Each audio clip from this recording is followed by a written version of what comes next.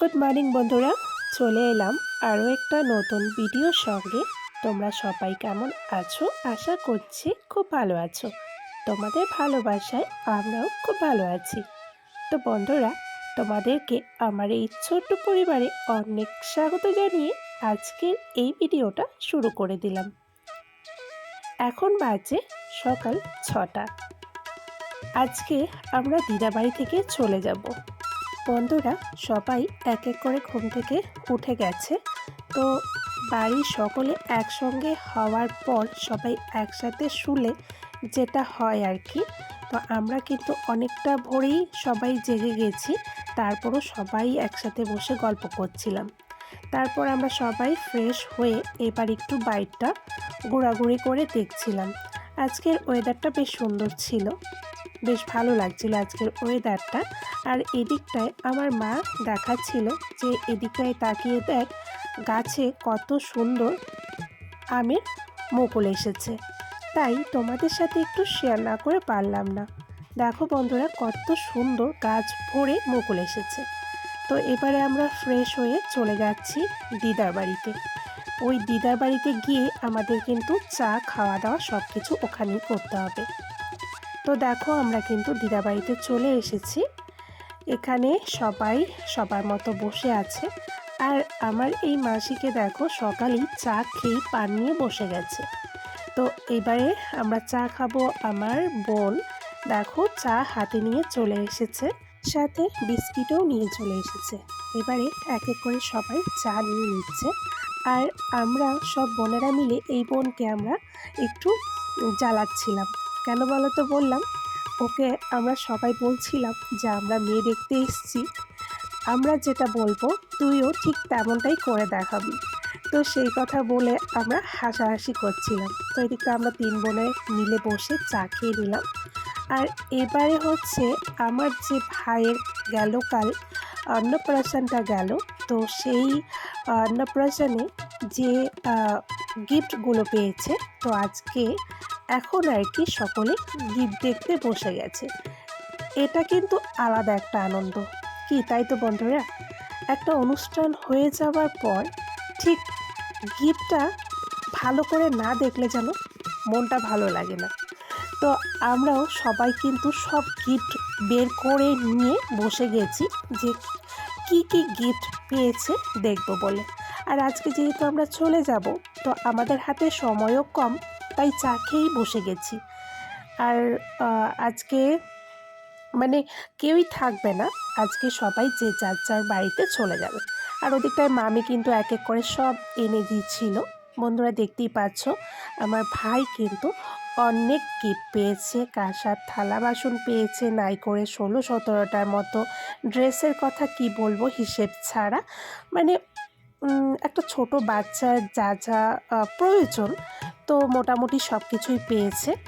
আর এদিকটায় দেখো, এটা হচ্ছে আমার কুটি মাসি গিফট করেছে। এটা হচ্ছে রূপোর বাটি আর রূপোর চামচ। তো এটা মাসি গিফট করেছে, তো এটাও একটু দেখিয়ে দিলাম। আর এদিকটায় দেখো, রূপোর আর সোনার মানে কি কি গিফট পেয়েছে সেই জিনিসগুলো মামি এনে দিল। তো তোমাদেরকে এগুলো একটু দেখিয়ে দিচ্ছি। এদিকে দেখো, 4টে না 5টার মতো চেন পেয়েছে, বাজু পেয়েছে, আংটি পেয়েছে, চুড়ি পেয়েছে। আর এদিকটায় তো বাটি পেয়েছে, সেটা তো দেখিয়ে দিলাম। আর এদিকটায় এবার একটু ভাইকে কোলে নিয়ে নিলাম, যেহেতু আজকে চলে যাব। কোলে নিয়েছিলাম, কিন্তু কোলে আর কোথায় নিতে পারছি বলো। এদিকটায় দেখো, আমার বোন এসে বলছে আমাকে একটু কোলে দাও। তো ওরাও যেহেতু চলে যাবে, তাই ওর কোলে একটু দিয়ে দিলাম। আজকে আমরা দুপুরের মধ্যে সবাই এক এক করে বেরিয়ে পড়ব। তো ভাইয়ের সাথে একটু সময় কাটিয়ে তারপর চলে এলাম বাইরে উঠোনে। সবাই উঠোনে একসাথে বসে গল্প করছিলাম। আর বন্ধুরা, আরেকটা আমাদের খুশির খবর হতে চলেছে। তো সেটা এখন আর তোমাদেরকে জানাচ্ছি না, সময় হলে ঠিক জানিয়ে দেব। তোমরা একটু অপেক্ষা করতে থাকো, ঠিক আছে? তারপর আমরা চলে এলাম আমাদেরকে যেই রুমে থাকতে দিয়েছিল সেইখানে। তো এখান থেকে এবারে আমরা ব্যাগপত্র নিয়ে দিদাবাড়ি একবারের জন্য চলে যাব। রুম ছেড়ে দিয়ে। দেখো সবাই কিন্তু সবার ব্যাগপত্র কাপড় জামা নিয়ে দিদার বাড়ি চলে যাচ্ছে। তো এদিকটায় আমিও আমার কাপড় জামা যা ছিল সব কিছু দেখে নিয়ে নিলাম। আমি আর আমার বোন দুজনে যাচ্ছি। বন্ধুরা, দিদার বাড়ি আসার পর সকলেই একটু ব্যস্ত হয়ে গেছিল। যেহেতু ট্রেনের টাইম হয়ে গেছিল, তাই সকলে একটু ব্যস্ত হয়ে গেছিল। খাওয়া দাওয়া খেয়ে তাড়াতাড়ি সবাই একটু রেডি হয়ে এবারে লাগেজ নিয়ে সবাই বেরিয়ে যাচ্ছে। এখন ঘড়ি কাঁটায় বাজছে 11:30 মতো। আমার বাপের বাড়ির সকলে কিন্তু ওরা চলে যাচ্ছে। আমারও কিন্তু ট্রেন আর কিছু সময় পরে, আমিও একটু পর বেরোবো, কারণ আমার ট্রেন হচ্ছে ওদের ট্রেনের থেকে 8 ঘন্টা পরে। তাই আমি একটু পরে বেরোবো। দিদা বলছে তোদের ট্রেন একটু দেরি আছে, তাহলে তুই একটু আস্তে ধীরে বেরো। তাই ওদেরকে আগিয়ে দিয়ে এবারে দেখো এই ভাইটার সাথে একটু সময় কাটিয়ে তারপর আমরাও রেডি হয়ে বেরিয়ে পড়লাম আমাদের বাড়ি যাওয়ার উদ্দেশ্যে। এদিকটায় দেখো এই যে আমার দিদা কিন্তু আমাদেরকে আগিয়ে দিতে এসেছে। আর ওদিকে মামিও ছিল, কিন্তু মামি ব্যস্ত ছিল, তাই মামিকে দেখাতে পারিনি। তো ভাইয়ের সাথে একটু দেখা করে, সবার সাথে দেখা করে আমরা বেরিয়ে চলে এলাম। এদিকটায় দেখো দিদা কিন্তু আমাদেরকে টোটোতে উঠিয়ে দিল। আমরা কিন্তু এবার টোটো করে স্টেশনে যাচ্ছি। তো বন্ধুরা, আমরা স্টেশনে চলে এসেছি। এবার আমরা ব্রিজে আছি। আমরা এখন প্ল্যাটফর্মে নামবো। আর বন্ধুরা, যাওয়ার পথে কিন্তু বরকে সঙ্গে করে নিয়ে গেছিলাম, এবারে মাকে সঙ্গে করে নিয়ে আসছি। বন্ধুরা, আমার বর আজকে ভোরে চলে গেছে, তাই তোমাদেরকে দেখাতে পারিনি, তাই মা আমাদেরকে সঙ্গে করে নিয়ে এলো। তো আমরা কিন্তু বন্ধুরা ট্রেনে চেপে গেছি। আর মনে হচ্ছে কত বছর পর একটু বসার জায়গা পেলাম। তোমাদেরকে অনেক কবারই মনে হচ্ছে দেখিয়েছি, এই ট্রেনে যতবার যাতায়াত করেছি আমি জায়গা পাইনি। তো আজকে যাই হোক বসতে পেরেছি। বন্ধুরা, চলে এলাম বাড়ি। এখন ঘড়ির কাঁটায় বাজছে 3টে। তো ছেলে খুব জল তেষ্টা পেয়েছিল, তো ছেলে এখন জল খেয়ে নিল। আর এদিকটায় এসেই দেখছি দাদু শুয়ে আছে। যেহেতু দাদুকে বাড়িতে রেখে গিয়েছিলাম, তো দাদু শুয়ে আছে। দাদুকে আবারও ঘরে রেখে এবারে চলে যাচ্ছে বিয়ে বাড়ি দেখা করতে। আজকে বন্ধুরা আমাদের একটা বিয়ের নেমন্তন্ন আছে, সেটা আবার আমার বাড়ি থেকে 2টো বাড়ির পরে। তো আজকে সারাদিন মানে সকাল থেকে আজকে আমার এই বিয়ে বাড়ির নেমন্তন্ন ছিল। যেহেতু আমি বাড়ি ছিলাম না, তাই সকাল থেকে আমি যেতে পারিনি। তো দিদাবাড়ি থেকে এসেই আগে ওদের বাড়িতে যাচ্ছি দেখা করতে। তো এবারে গিয়ে দেখছি যে সবাই জল ভরতে যাবে, সবাই রেডি হচ্ছে।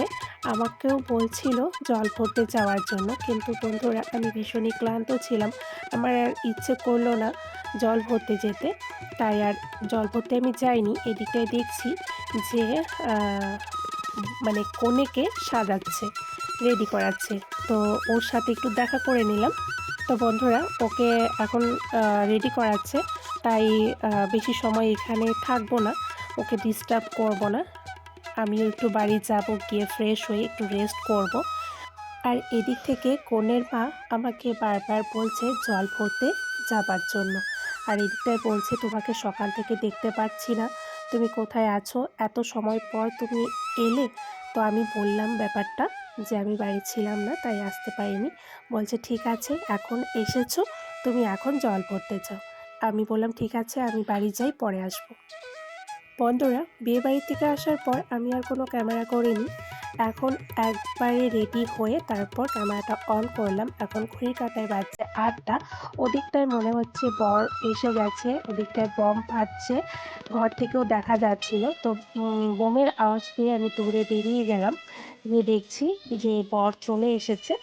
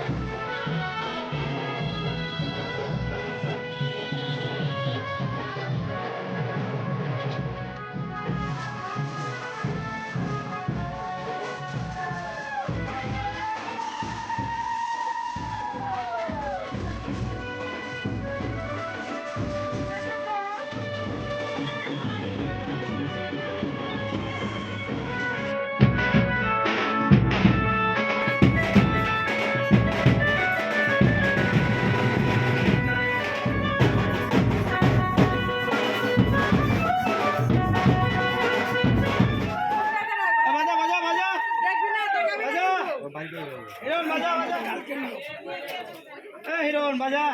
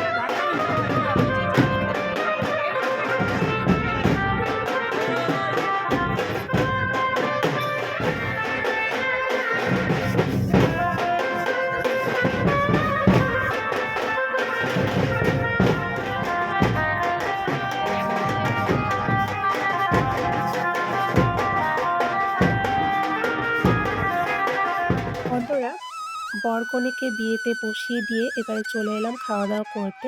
এখন ঘড়ির কাঁটায় বাজছে আ 11:30 পার হয়ে গেছে মনে হচ্ছে। তো আজকে বন্ধুরা আমারও শরীরটা ভীষণ ক্লান্ত লাগছিল। আমি ভীষণ টায়ার্ডও ছিলাম। আমার ভালো লাগছিল না, মনে হচ্ছিল বাড়ি চলে যাই। এদিকটা কাকিমুনি আর কি মানে কনের মা বারবার বলছিল যে ওর সঙ্গে থাকার জন্য। তাই একটু সময় থেকে আর কি আ বিয়েটা একটু দেখে নিলাম। এবারে খাওয়া-দাওয়া করব। বন্ধুরা খাওয়া-দাওয়াগুলো ভীষণ ভালো হয়েছিল। খাওয়া-দাওয়া করে আরেকটু সময় বসে থেকে এবারে চলে যাচ্ছি বন্ধুরা বাড়ি। মাও বলছে মার শরীরটা ভালো লাগছে না। ছেলেও ওদিকটায় মানে ঘুমোবে বলছিল, তাই বাড়ি চলে যাচ্ছি। বন্ধুরা এটা হচ্ছে পরের দিনের ভিডিও। বাসি বিয়ের পুরোটা ভিডিও আমি করতে পারিনি। আমার শরীরটা একটু খারাপ হয়ে গেছিলো, তাই আমি বাসি বিয়েটা পুরোটা দেখতে পারিনি। আর এই মুহূর্তটা কিছু বলার নেই, সেটা তোমরা দেখে নাও বন্ধুরা। যেতে যেতে মন ফিরে তাকালো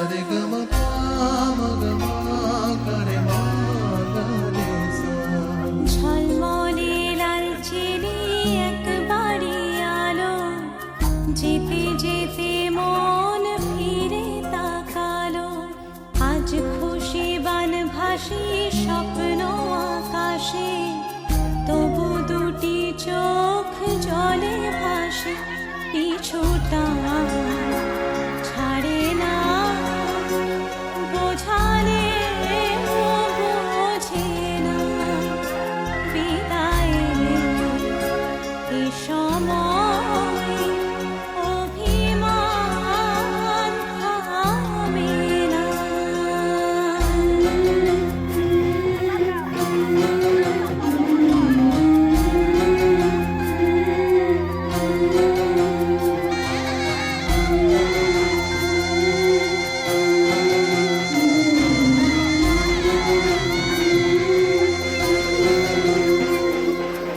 মনে পড়ে যায় সারা বাড়িময় ছেলেবেলা দিয়ে কাটানো সময় স্নেহ মাখাসে মায়ের আঁচল বাবার আদর ছেড়ে